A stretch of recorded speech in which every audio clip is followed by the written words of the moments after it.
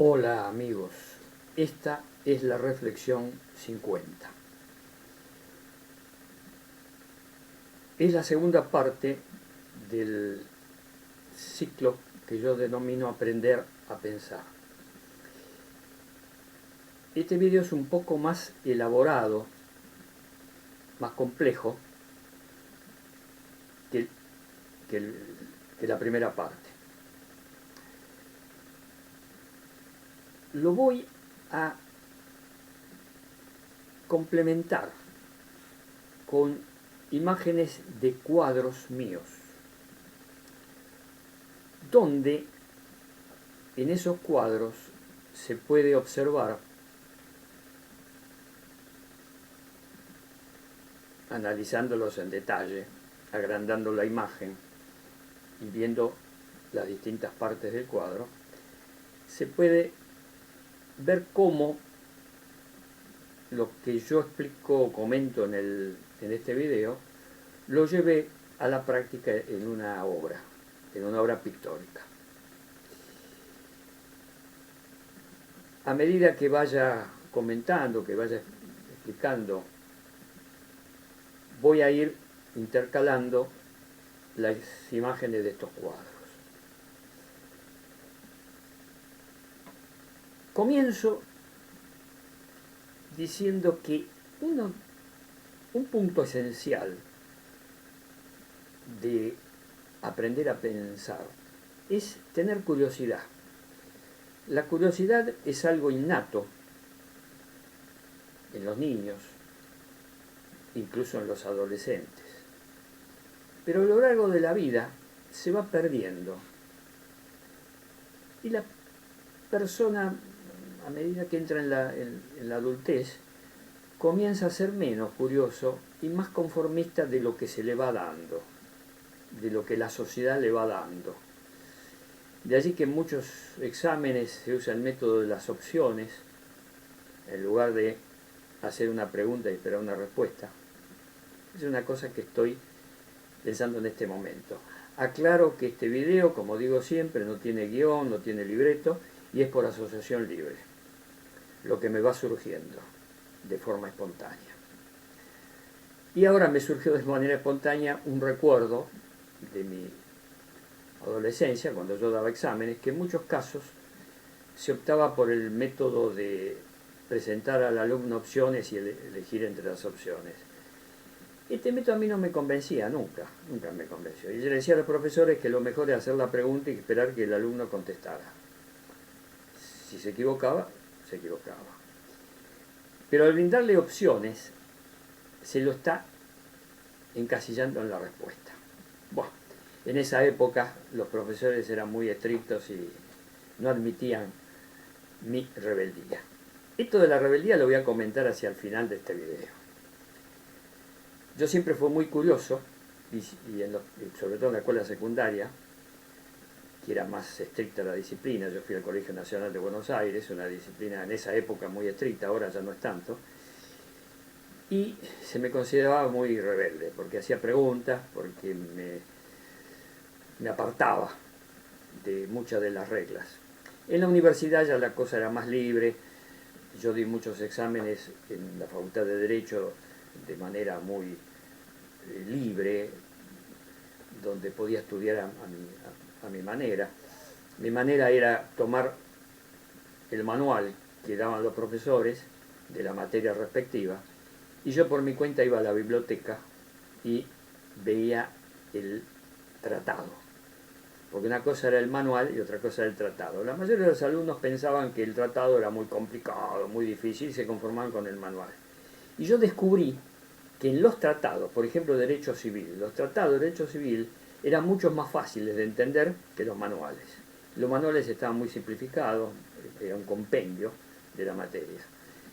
En cambio en el tratado se desarrollaba cada tema y era más fácil de entender. Yo con los tratados, por ejemplo, lo que era un libro de manual, en la biblioteca de la facultad me encontraba que eran 3 tomos, pero eran 3 tomos más fáciles de leer y más fáciles de entender. En el tratado comprendría mejor la materia, por eso daba buenos exámenes.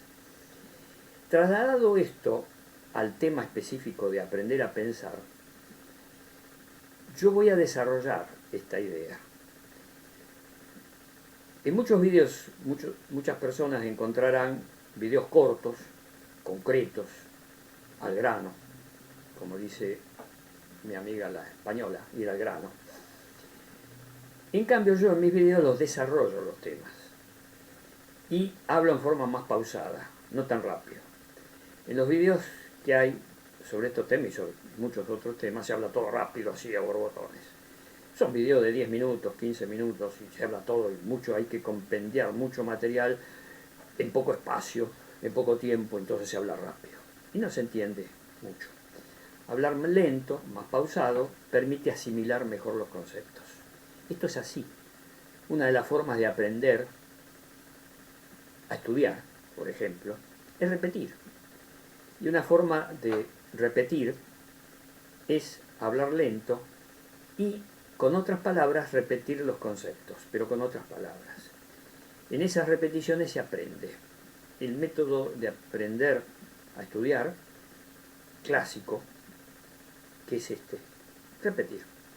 Cuando algo no se entiende, se vuelve a leer, se vuelve a expresar en voz alta y se trata de repetir. En esa repetición se aprende. Es un método antiguo, pero es válido. Si eso está ilustrado con imágenes, y yo en este video quiero ilustrarlo con imágenes de mis cuadros. Y vuelvo al tema de la curiosidad. Decía que los niños son curiosos por naturaleza, los adolescentes también, pero esa curiosidad a medida que se avanza en la edad adulta se pierde. Por eso yo voy a ilustrar este tema de la curiosidad con un cuadro mío que yo llamo Hacedor. Este cuadro lo voy a poner en el video. Le pido que a los que están viendo el video que hagan una pausa en el video y estudien el cuadro. En este cuadro, sobre todo agrandando la imagen y viendo partes del cuadro, van a darse cuenta la cantidad de imágenes que tiene, pequeñas, los detalles de este cuadro que yo llamo Hacedor, donde aparece la cara de un pensante, que podría ser yo mismo, y todo el conjunto de formas y de detalles que hay en el cuadro. Entonces, primer punto, la curiosidad. Si no somos curiosos, no vamos a aprender a pensar. Para aprender a pensar, un punto esencial es la curiosidad. Paso a un segundo punto, que también lo voy a ejemplificar con un cuadro. Este segundo punto ya lo traté en el video anterior. Es el de la observación. Aprender a observar. En el video anterior comenté cómo se observa, con los 5 sentidos principalmente. Yo voy a ilustrar este segundo punto, el de la observación, con un cuadro también mío que yo llamo Observando. El que está viendo el video, que haga una pausa cuando aparezca este cuadro y que se detenga en la observación del cuadro. Vea los detalles del cuadro, o sea que la imagen la agrande, la estudie, y va a ver la cantidad de formas y de objetos que hay en el cuadro que yo llamo Observando. Con esto quiero decir que la observación es fundamental para aprender a pensar. Hay que observar. Observar todo lo que podamos. ¿Y con qué observamos? ¿Con qué? Y aquí viene el tercer punto. Observamos con los 5 sentidos y con la conciencia. La conciencia es la observación puntual en algo y tomar conciencia y hacerlo presente en una representación mental y concentrándonos en esa observación. Para ello es muy importante nuestro yo, nuestra conciencia. Esta parte del video yo la voy a ilustrar con un cuadro mío que yo llamo el yo. El yo. Le pido lo mismo, que se haga una pausa, que se observe este cuadro y que el mismo mecanismo se agrande la imagen y se vea todos los detalles que yo planteo en el cuadro que yo llamo yo, la conciencia. La concentración en un tema, en algo, eso permite, la concentración es muy importante para aprender a pensar, eso permite captar los detalles en lo cual yo me estoy concentrando para aprender a pensar. Tenemos que tener un objeto, un tema de estudio, un tema de análisis, y ver los detalles, para lo cual necesitamos el yo consciente, la conciencia. Otro punto, creo que es el cuarto punto, no estoy siguiendo todo improvisado lo que estoy haciendo, o sea, sin guión, sin libreto, creo que es el cuarto punto, es lo que yo llamo el ello o el inconsciente. Lo voy a ilustrar con un cuadro mío que yo llamo precisamente el ello. El mismo mecanismo para pausar el video, observar este cuadro y ver los detalles que yo planteo dentro del cuadro. El ello sería el inconsciente. El inconsciente es el reservorio de todo lo que nos pasa. Los recuerdos que vamos guardando, los detalles que fuimos guardando, memorizando, incluso cosas que no memorizamos ni guardamos, pero que quedan grabadas en el inconsciente y que aparecen de manera espontánea, por ejemplo, en los sueños o los ensueños. Cuando dormimos, en esos sueños aparecen detalles de ese inconsciente no guardado a propósito. No es el depósito donde guardamos un recuerdo y lo archivamos allí. No, es algo que quedó de manera circunstancial, fortuita, quedó guardado. Esto es muy importante, porque va a permitir lo que yo llamo a posteriori, quizá va a ser necesario un tercer video, para analizar lo que yo llamo la intuición. Y la intuición es lo que surge de manera espontánea. Como yo uso el mecanismo de la asociación libre, a mí espontáneamente me surgen muchos recuerdos, pensamientos que tengo no guardados y que surgen de forma espontánea.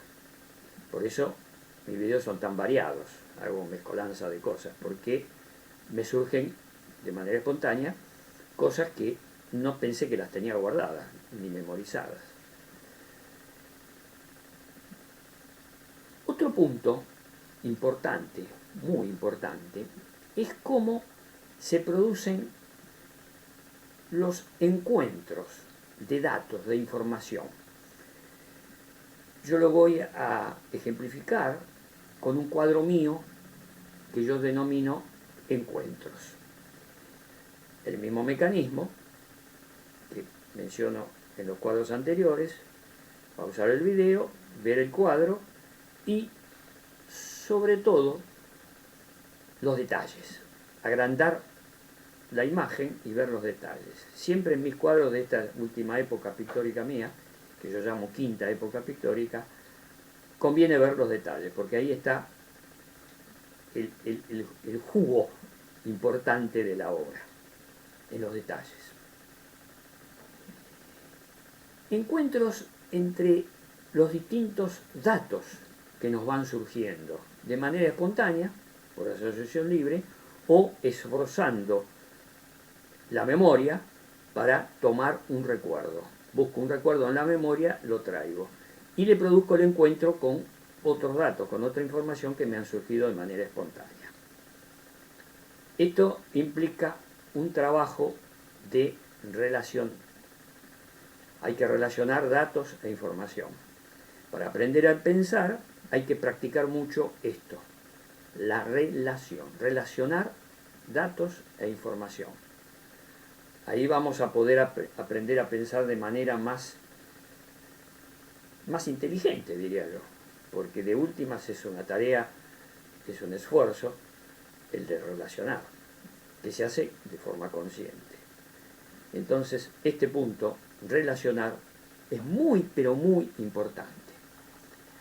Al relacionar, se produce un nuevo punto, no me acuerdo si es el quinto o el sexto, para aprender a pensar, que yo denomino globalizar lo que hicimos antes. Si antes relacionamos, ahora tenemos que globalizar todo lo que relacionamos. ¿Cómo lo globalizamos? Haciendo una vista a vuelo de pájaro. En realidad no es a vuelo de pájaro, es a vista de pájaro, porque no es abuelo, es a vista de pájaro. Ahí cometí un error al expresarme. Es a vista de pájaro. Cuando uno está estudiando, por ejemplo, yo recomendaba, mis métodos de estudio, siempre recomiendo, en los momentos finales, previos a un examen, hacer repasos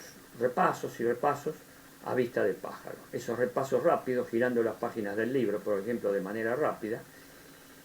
Ese repaso es lo que ahora estoy llamando globalización y lo que ejemplifico también con un cuadro, el mismo mecanismo.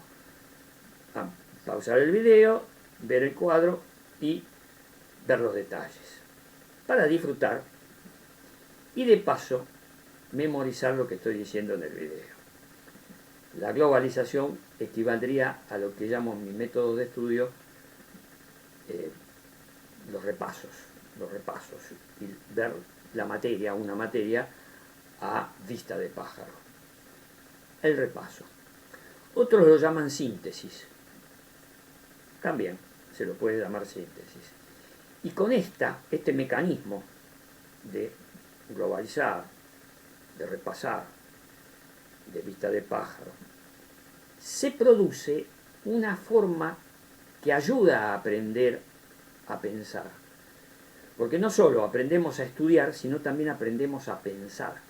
Y para pensar, ya dije en el anterior video, que hay dos métodos, el deductivo, el inductivo, que es pasar, el deductivo es de lo general a lo particular, y el inductivo es de lo particular a lo general.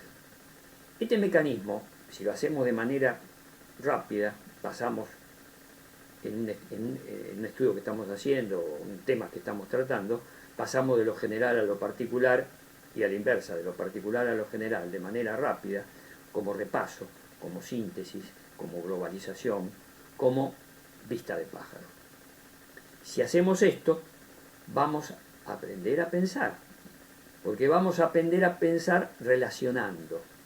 La relación la producimos también yendo de lo particular a lo general y a la inversa, además de relacionar datos específicos. Dentro de un dato específico, el mismo mecanismo, particular a general, general a particular. Y después relacionar ese dato con el otro dato donde hicimos lo mismo, de lo particular a lo general y de lo general a lo particular. Esto nos va a ayudar muchísimo a aprender a pensar.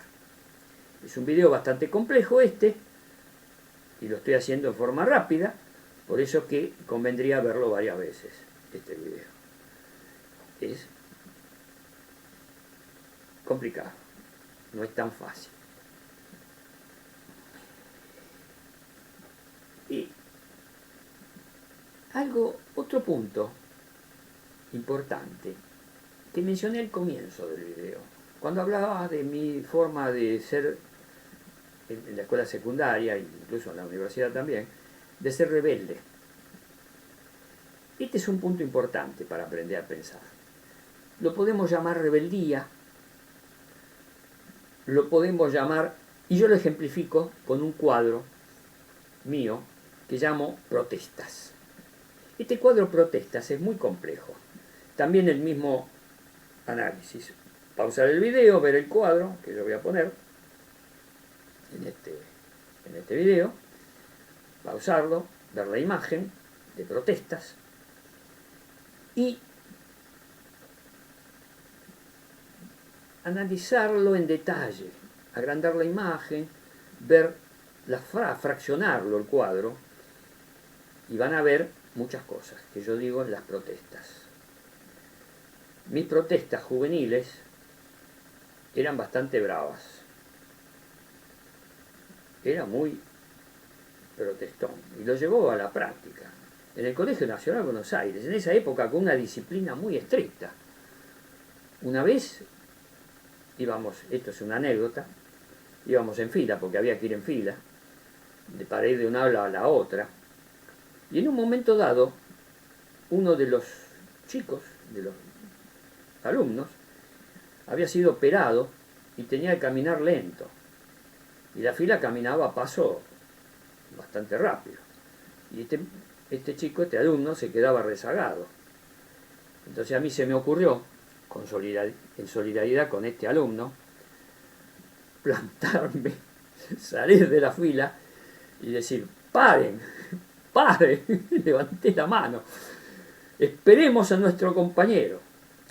El celador, en esa época había un celador que llevaba a la división, a la fila, a la columna, se enojó porque yo me había salido de la fila, porque había gritado, había elevado la voz y que había incitado a la formación a que parara, en solidaridad con el compañero que caminaba despacio, porque le había sido recién operado.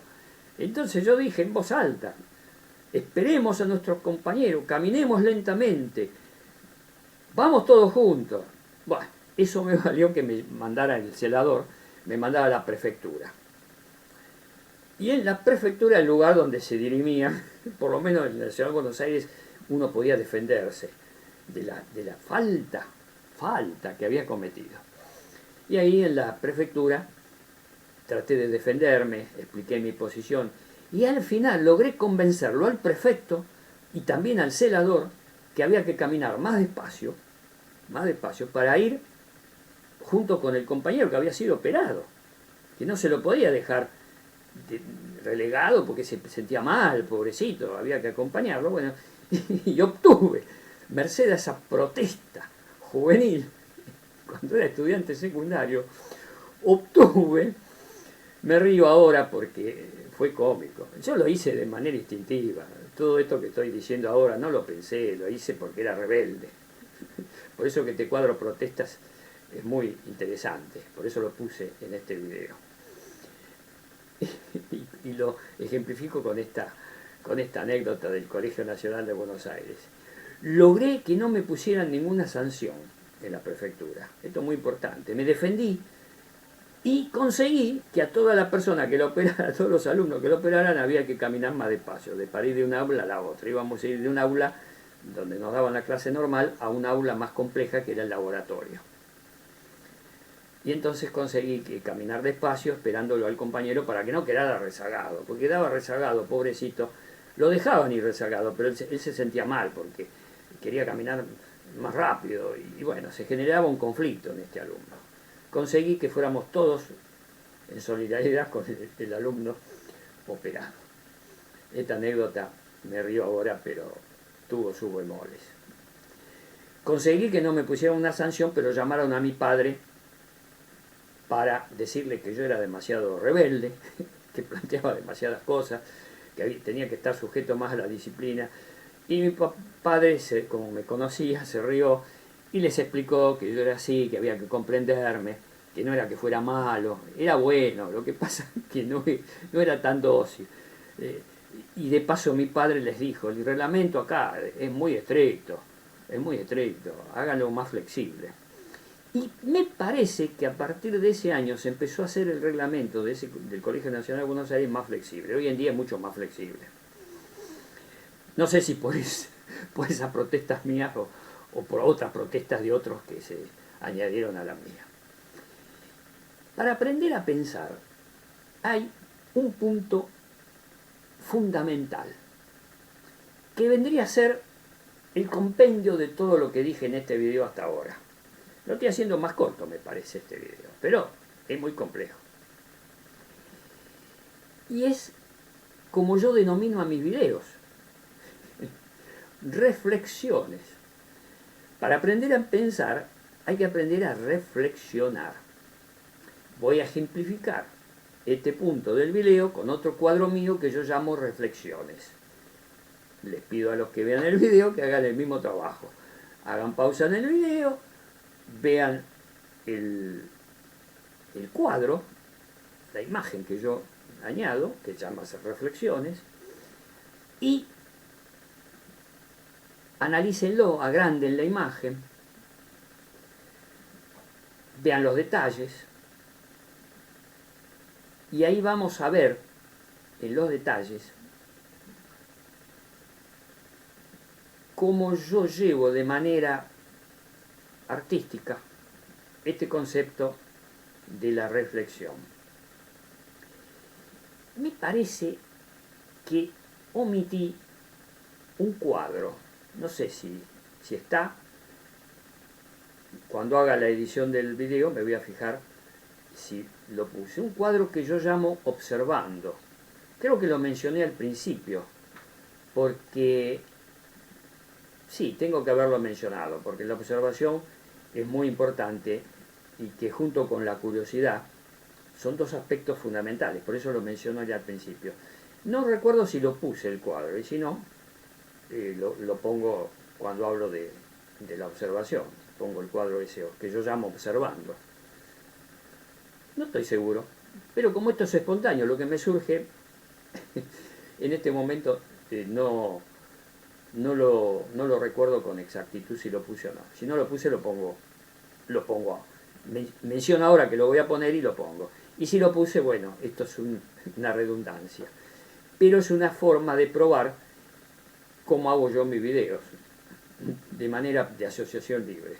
Y la memoria, a esta altura de la noche, a lo mejor no estoy muy lúcido y olvido de... Además, como no pensé lo que iba a hacer, bueno, mi memoria puede andar. Mi memoria puede andar por lo que yo llamo el laberinto. Esto es muy interesante también. El laberinto de mis ideas. Yo soy una persona que estoy siempre pensando, siempre elaborando, reflexionando. Y es un laberinto. Mi cerebro es un laberinto. Mis sinapsis, que es la conexión de neurona con neurona, la sinapsis, es bastante complicada. Voy a hacer un cuadro. Se me dio la idea de un cuadro que se llama sinapsis. Va a ser medio abstracto, porque las neuronas y la sinapsis son abstractas, pero no es mala idea hacer un cuadro que se llame laberinto o sinapsis de Héctor Carlos Reis. Bueno, amigos, termino el video de manera más risueña y me parece que es bastante más corto de los videos acostumbrados míos, pero es muy fructífero. Véanlo varias veces porque es un compendio de muchas ideas bastante difíciles de captar en menos espacio y en menos tiempo. Bueno, amigos de mi canal de YouTube, les envío un cordial y afectuoso saludo y me despido hasta el próximo, que no sé si voy a hacer una tercera parte, lo voy a pensar. Si no aparece dividido en 3 partes, porque con esto me doy por satisfecho, pero si no